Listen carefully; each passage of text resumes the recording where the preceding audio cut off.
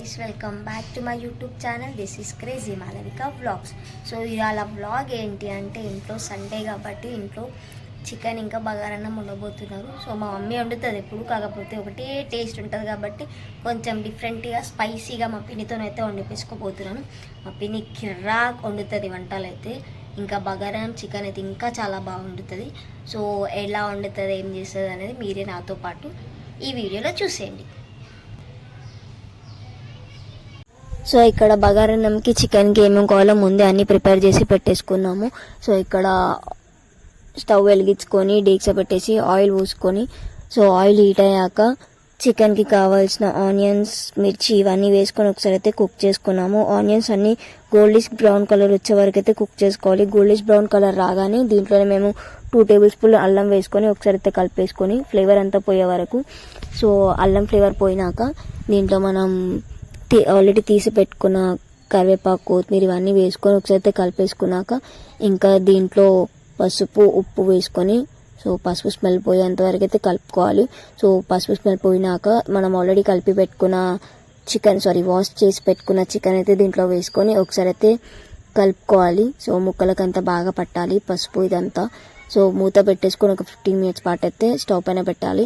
15 minutes తర్వాత ఒకసారి open చేసి చూస్తే కుక్ అయిందా లేదో తెలిసిపోతుంది మనకి. కొంచెం కుక్ అవ్వగానే దీంట్లో స్పైసీ అన్నాం కాబట్టి మనం కారం అయితే ఎక్కువ వేసుకుంటున్నాము. నేనైతే 6 టేబుల్ స్పూన్ కారం వేసుకున్నాము. సో ఒకసారి కలిపేసుకొని ఇక్కడ గ్రేవీ కోసం అని చెప్పి పెరుగు అయితే తీసుకున్నాము. మేము 2 ప్యాకెట్స్ కర్డ్ ప్యాకెట్ తీసుకొని ఒకసారి అయితే బాగా బీట్ చేసుకున్నాము. సో ఇట్లా థిక్ కన్సిస్టెన్సీ వచ్చేలాగా అయితే బీట్ చేసుకొని దీంట్లో అయితే వేసుకున్నాము.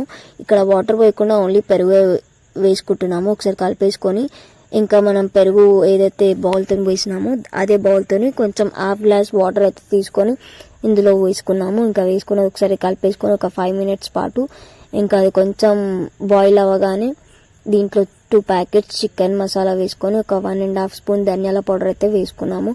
ఇంకా వేసుకొని ఒక 20 మినిట్స్ పాటు అయితే స్టవ్ పైన పెట్టుకొని మూత పెట్టేసుకోవాలి. సో ఈలోపు బగారన్నంకి ఏమేమి కావాలో అన్నీ ముందే ప్రిపేర్ చేసుకున్నాం కదా. ఇంకా ఇక్కడ స్టవ్ వెలిగించుకొని ఇంకో డెక్స పెట్టేసుకొని ఇంకా 3 టేబుల్ స్పూన్ ఆయిల్ అయితే పోసుకొని ఇంకా హాఫ్ ప్యాకెట్ డాల్డా అయితే వేసుకోవాలి. సో డాల్డా కొంచెం మెల్ట్ అయ్యేంత వరకు చూడాలి. మెల్ట్ అయ్యాక హోల్ గరం మసాలా వేసేసుకొని ఒకసారి అయితే కలిపేసుకోవాలి. ఇంకా అది కొంచెం ఫ్రై అవ్వగానే మనం ఆల్రెడీ కట్ చేసి పెట్టుకున్నాం కదా ఆనియన్స్, ఇంకా పచ్చిమిరపకాయలు, కరివేపాకు ఇవన్నీ వేసుకొని దీంట్లో ఒకసారి అయితే కుక్ చేసుకోవాలి.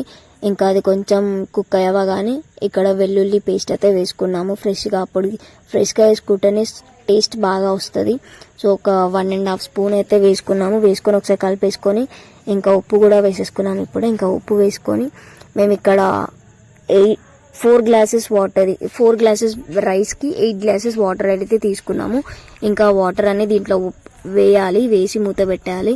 ఇంకా వాటర్ కొంచెం బాయిల్ అవ్వగానే ఇంకా మనం నానబెట్టి పెట్టుకున్న రైస్ కూడా దీంట్లో వేసేసుకోవాలి. ఇంకా వేసేసుకొని ఇంకా రైస్ అయ్యేంత వరకు మూత పెట్టుకోవాలి ఒక 10 మినిట్స్ పాటు. ఇంకా ఈ లోపు చూస్తే మన చికెన్ కూడా మొత్తం మంచిగా అయ్యింది చూడండి. టేస్ట్ కూడా చాలా బాగుంది. ఇంకా అది చూస్తేనే తెలుస్తుంది ఎంత బాగుందో, ఎంత స్పైసీ ఉందో అనేది మీకు కూడా. సో ఇక్కడ చికెన్ అయితే అయిపోయింది. ఇంకా ఇక్కడ చూస్తే బగారన్నం కూడా అయిపోయింది. ఇంకా ఫుడ్ కలర్ అయితే లైట్గా వేసుకున్నాము. సో చూడండి ఎంత బాగా ఉందో. సో ఫైనల్గా మన బగారన్నం చికెన్ అయితే అయిపోయింది. టేస్ట్ అయితే చాలా బాగుంది. మీరు కూడా ఒకసారి ట్రై చేయండి.